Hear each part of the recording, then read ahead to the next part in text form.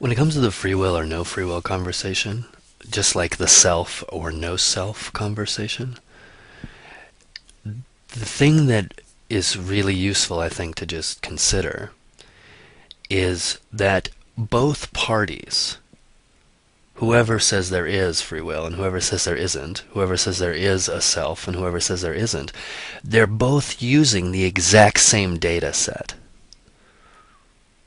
They're looking at the same world and they're extrapolating their opinion or their position from the exact same world, give or take. So, to me, that makes the question unanswerable. Because it's the same position either way. Either way it looks like this. If there is free will, or there isn't free will, it looks like this.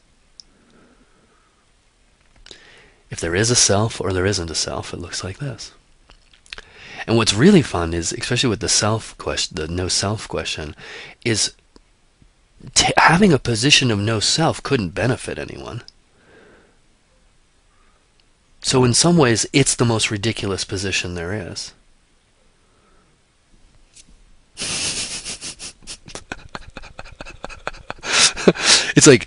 It's almost like running around going, I don't know, I'm not alive. I'm not alive. I'm not alive. Heart's beating, breath, eating. I'm not alive. I'm not alive. But this is one of the things. I mean, I think this is the whole point of, the promise of liberation or sort of relaxation, comfort through non-duality is if you can trick yourself, then, or hypnotize yourself, then you'll have well, you won't have a better time. You won't be here, but life will keep happening without you. That's the belief. But that doesn't look any different than this. You can't, this is how you can't discover non-duality. You obviously would have to have been here the whole time. So it must include the sense that we are here and we have a choice. If all of a sudden you're non-duality, where the fuck did it come from? That's where the whole conversation is just a way to entertain ourselves. And it's a great business, and people do it, and it's blah blah blah blah blah blah. But it's hilarious. It's like if you really think about it, the sense that there's no free will is irrelevant to the feeling of your life. It really feels like you have free will, and the argument that there's no free will largely comes from a linear universe model. That this is a model, the model of the universe, where the universe is moving along a line. Well, let's call it time. Well, that's just a model. Sure looks like that. Sure looks like aging is happening. Sure looks like there's an evolution of some sort between the species. So it's a fairly useful model. But if you just think for a second of a nonlinear universe model, it would make all moments and all places in the universe instantaneous, affecting each other instantaneously. There's no time in that model. And so what's hilarious is just like extrapolating free will or no free will, self or no self. To come up with a nonlinear or a linear universe, you got to use the same universe. So this is where, in some ways, all of the different kind of like clubs that you could join, if you look at how are they arriving at their position, and you discover they're all using the same data to do it, it's not that it solves anything, it just almost makes the whole thing irrelevant. Like it actually doesn't matter. It's irrelevant. Because either way, it looks like this. If this is a linear universe, a nonlinear universe, if there's a self or no self, if there's free will or no free will, it looks like this.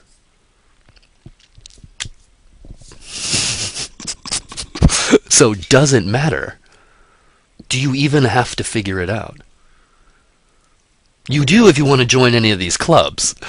But do you have to figure it out? Once you see, like, wait, they're all pulling from the exact same data set. They're just extrapolating their different inferences from what it is they're deciding is the case. It's just hilarious. It's like there's nothing really to it unless you want to play within that game. But you got to know the rules. See, the model maker is inside the model. So whatever we come up with is always going to be missing a slight piece, which is the fact that we don't know what's about to happen. We have data for everything we've ever experienced except for what's coming. So any conclusion we make is only based upon our memory. And since we don't have all the information for the universe, for ourselves, for our life, for the course of events, for death, then the conclusion can't be made tightly and strongly. You know, it's that fundamental paradox of the only thing I can really know is that I don't know. And in this experience, it sure looks like we die. Really looks like it. So I find contemplating death can relax the organism. Becoming honest about it. You know, I probably don't make it. It takes off a lot of the different social pressures and personal worries, because it really, depressurizes this whole sense that, like, man, I gotta get this right or I'm gonna fuck it up. It's like, it really doesn't look like we ever get to get it right. We have contextual, momentary successes. But it doesn't really look like there's ultimate success. Unless you make death a value and nothingness a value, but that's all still a thought game. So it's really fun to consider the limitation from what we can see of our own experience. Because then we can relax. I mean, if I'm just going to die, it's okay to really relax. It's okay to stop taking on the suffering of the world. It's okay to stop feeling guilty for the past. It's okay to, like, it's like, it pulls out any should, have to, must that gets lodged in the system from socialization and from fear of existing and fear of dying. But other than that, we just live in this constant question. This is what it looks like from here. When I say we, I mean, obviously that number is too big to even really take seriously, but there's this sort of life looks like it's a beautiful question. And in some ways it's not at all. It's just sitting in the bathroom making a video. It's that beautiful both and.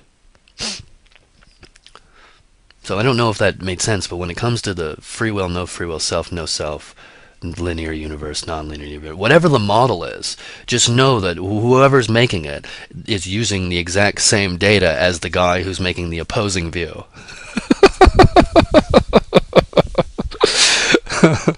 This thing is amazing, and so is this thing.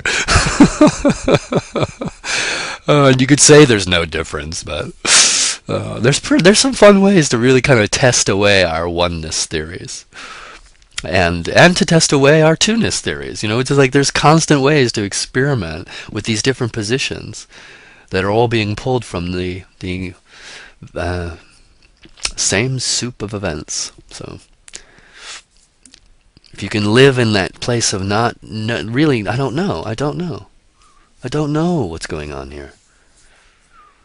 I can make intelligent inferences, but I don't really know. I don't hope that there's a consciousness that's bigger than this, or there's some everlasting beyond state, or any of that. I mean, that all just feels like, why can't it just end?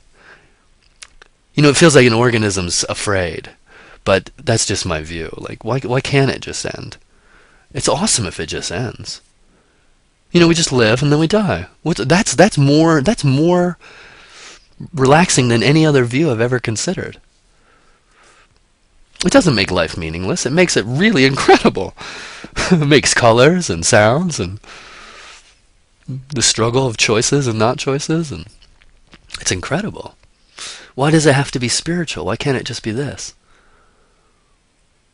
Why does fear get more power than anything else? The fear of annihilation, or the fear of extinction, and that's different for everybody to answer, but having played with many of the perspectives, this is the most relaxing one I've ever found. It requires no belief. You don't have to believe a single thing to just slowly age.